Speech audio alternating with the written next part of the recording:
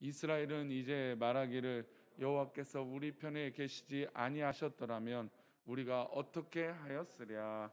아멘. 기도하겠습니다. 하나님, 이렇게 비가 많이 오는 와중에 그럼에도 이 비를 뚫고 하나님 앞에 기도하러 모인 우리 믿음의 백성들을 하나님 축복하시고, 우리가 이 새벽에 이 우중에 기도할 때 정말 하나님 기뻐하시는 기도가 우리 가운데 있게 하시며, 특별히 성령님 임재하여 주셔서 우리들의 영혼이 주 앞에 자유하고 주 앞에 온전히 설 수 있도록 복을 내려 주옵소서. 우리의 고민과 염려와 기도의 모든 제목이 하나님 앞에 응답되어지며 하나님과 동행해 나아가는 그런 아버지 새벽의 예배 시간 되게 도와주옵소서.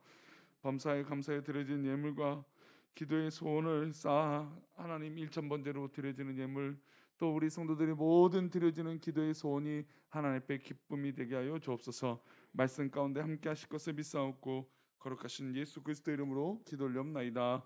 아멘.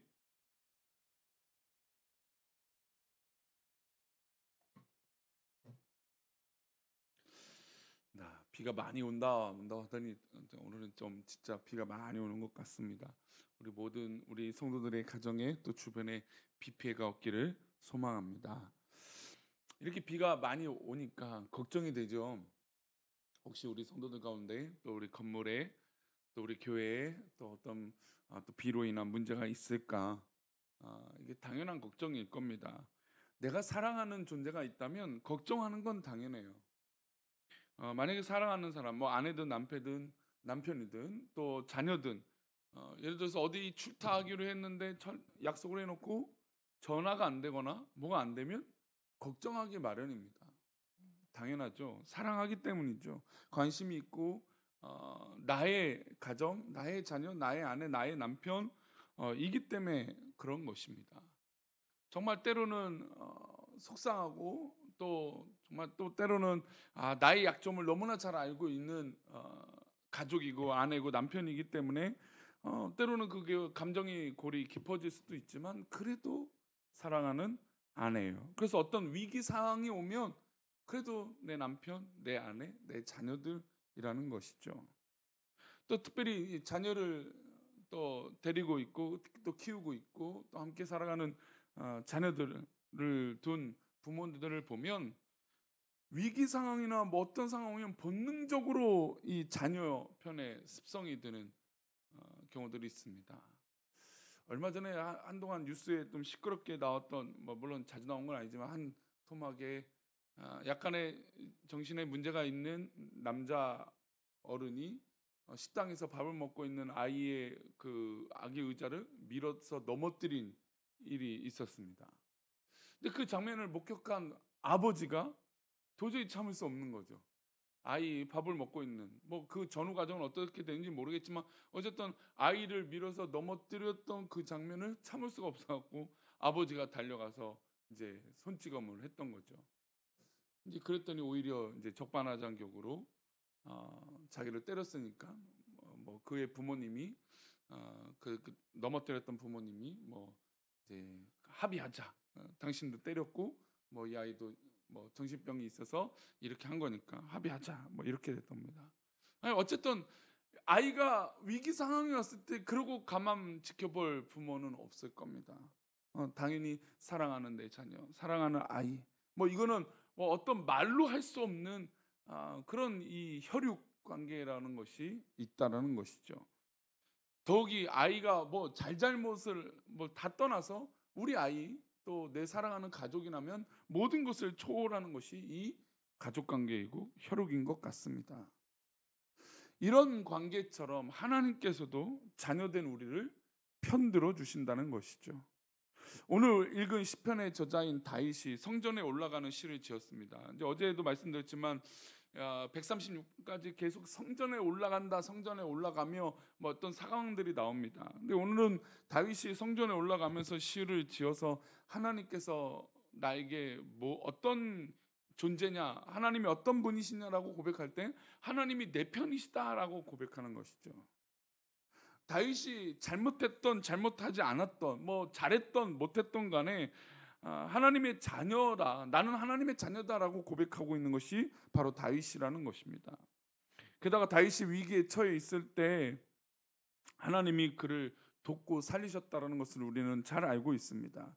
그래서 다윗은 위대한 하나님의 사랑을 노래하는 것이죠. 우리 1절 말씀 다시 한번 읽어보겠습니다. 1절, 이스라엘은 이제 말하기를 여호와께서 우리 편에 계시지 아니하셨더라면 우리가 어떻게 하였으랴. 하나님이 우리 편에 계시기 때문에 우리는 지금 안전하다라는 것입니다. 그러니까 반대로 하나님이 우리와 함께 하시지 않으면 우리는 안전하지 않다라는 것이죠. 하나님이 내 편에 계시지 않았더라면 어떤 일이 있었을까요? 다윗은 상상만 해도 끔찍하다라고 고백하고 있는 것입니다. 하나님께서 우리 편에 계시지 않았더라면 위기가 닥쳤을 때 우리는 그 위기를 극복할 생각도 못했을 것입니다. 그러면 다윗이 말하는 위기가 무엇일까요? 2절을 한번 보겠습니다. 2절 함께 읽겠습니다. 사람들이 우리를 치러 일어날 때 여호와께서 우리 편에 계시지 아니하셨더라면. 지금 다윗의 위기는 주변의 사람들, 주변의 적국들이 우리나라 또 자기를 치러 올라왔다라는 겁니다. 전쟁이 일어났다는 것이죠. 이 전쟁의 위기 가운데 하나님이 우리 편에 계시지 않았더라면이라는 것이죠. 다윗 개인적으로는 많은 사람들이 그를 집어삼키려고 했습니다. 가깝게는 장인이 그랬고 또 블레셋과 또 여러 모든 주변의 족속들이 다윗을 죽이려 했습니다. 심지어 자신의 아들도 다윗을 넘어뜨리려고 했던 것이죠. 그러니까 이런 위기들 가운데 하나님이 그의 편이 되지 않으셨더라면 다윗은 지금 생각해도 등골이 오싹할 정도로 위기였다라는 겁니다. 사실 위기가 다가오고 또 고난이 왔을 때 그때는 잘 모를 수 있어요. 그러나 그 위기와 고난이 좀 지나가고 나서 뒤를 돌아보면 하나님이 도와주셨다라는 것이죠. 물론 우리의 뜻대로 우리의 계획대로 모든 것이 착착착착 다 되면 좋겠지만 우리의 계획과 우리의 생각대로 착착착 되지 않더라도 그것을 돌아보면 하나님이 도와주시고 하나님이 내 편 되어 주셨기 때문에 우리가 지금 여기 있다라는 것이죠. 다윗은 계속해서 그의 상황을 얘기합니다. 3절이요. 읽어봅니다. 3절 말씀. 그때 그들의 노여움이 우리에게 맹렬하여 우리를 산채로 삼켰을 것이며. 지금 다윗은 너무나 큰 위기 가운데 있었습니다. 그렇게 어떻게 보면 전쟁을 잘하는 정말 용맹스러운 용사 중에 용사였던 다윗도 이 전쟁이 쉬운 건 아니었겠죠. 뭐 주변의 동료들 또 이 부하들 죽어 나가는 꼴을 보고 뭐 다윗이 아무리 자신은 살아 있다고 해서 그 마음이 편했겠습니까? 위기죠, 어려움이죠. 전쟁은 뭐 어떻게 설명해도 편안한 것은 아니었을 것입니다. 국가적으로 위협이 오고 사울 이 장인에게 위협을 당하고 죽음의 또 위기가 몰려왔을 때 그의 마음은 어땠을까요? 근데 그 상황 가운데 이 많은 어려움에 이런 식으로 표현을 해요. 4절 말씀입니다. 4절 읽겠습니다. 시작.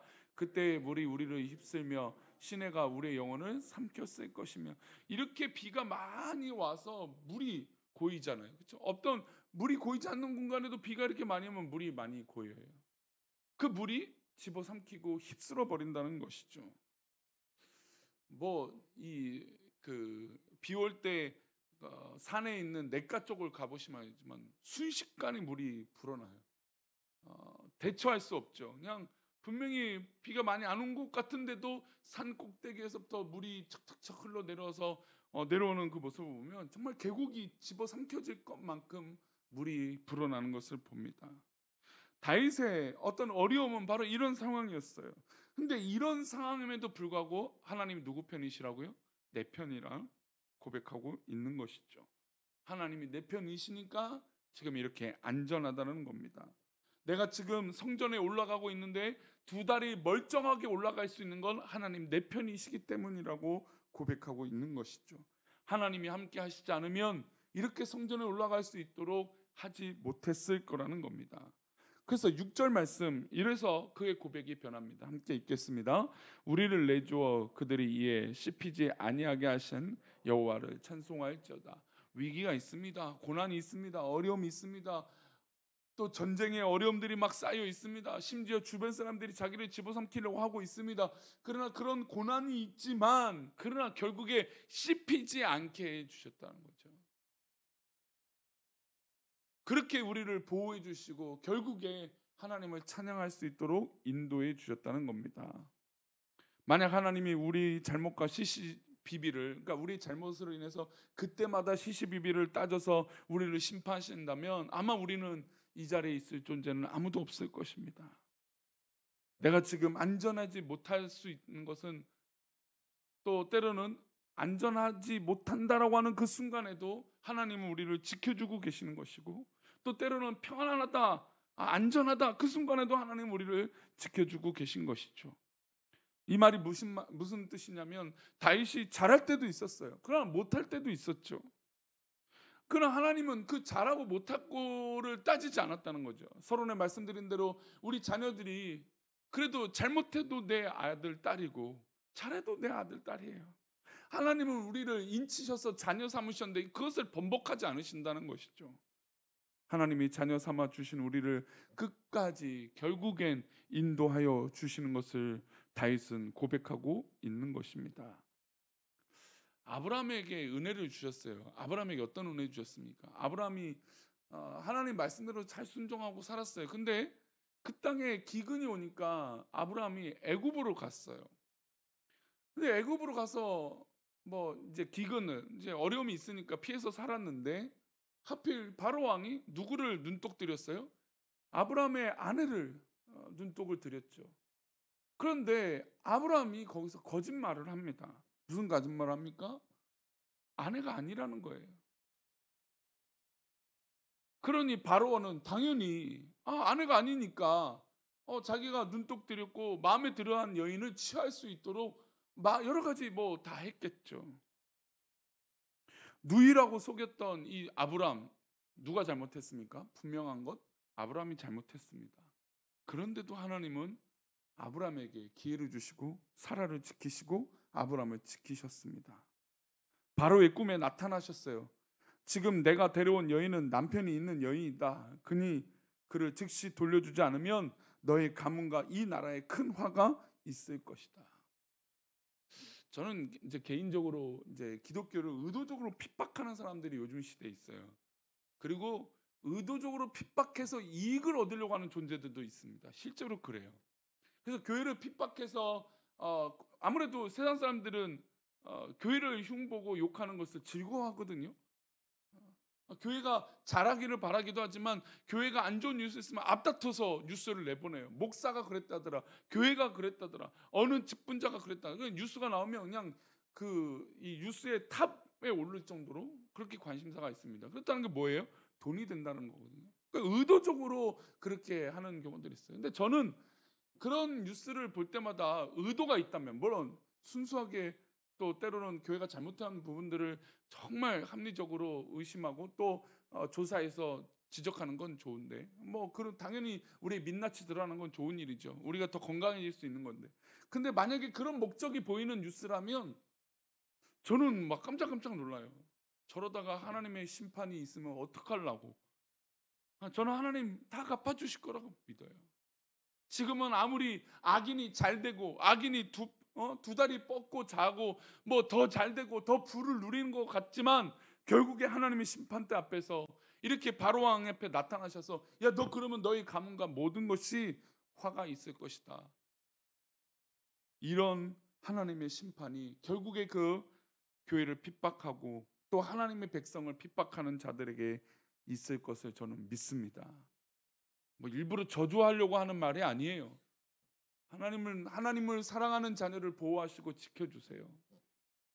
근데 세상상 믿지 않는 사람들이 두려움을 잃은 거죠. 우리 가끔 그런 말씀 있잖아요. 겁을 상실했다고. 겁을 상실한 거죠. 지금 인간이 뭔가 천수를 누릴 것 같고 모든 부를 누릴 것 같은 이 교만이 바벨탑 쌓듯이 올라간 이 시대에 하나님의 심판을 두려워하지 않는 이런 악한 시대에 그 가운데도 우리를, 믿음의 백성들을 보호하시고 지켜주신다는 겁니다. 하나님이 아브라함을 이때 도와주지 않았으면 어떻게 됐을까요? 이삭은 존재할 수도 없는 일입니다. 하나님이 도와주셨고 하나님이 개입하셨습니다. 그러니 위기를 넘길 수 있는 것이죠. 하나님 마음께도 가운데도 일단 누구를 살려요? 하나님의 자녀를 살리시겠다라고 하는 계획이 있어요. 아무리 뭐 전후 사정이 있어도 그래도 우리 자녀를 살리시겠다라고 하나님의 약속이, 은혜가 있다라는 것입니다. 잘못을 따진다면 아브라함에게 100% 잘못이 있는 겁니다. 거짓말을 해서 시작된 일이니까.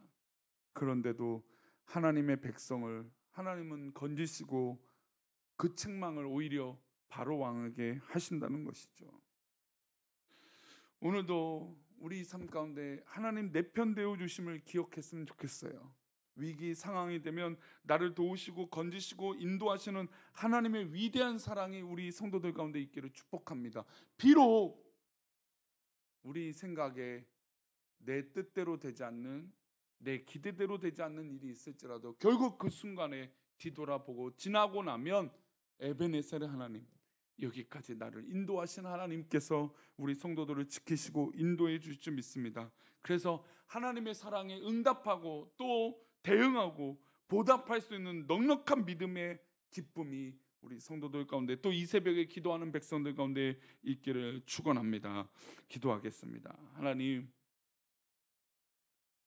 이 비가 많이 내리는 와중에도 하나님은 내 편 되어 주시고, 어떤 위기와 고난이 왔을 때라도 하나님은 내 편 되어 주시고, 또 내가 실망하고 낙심하는 그 가운데에도 하나님은 우리를 포기하지 않으시고 우리 편이 되어 주신 줄 믿습니다.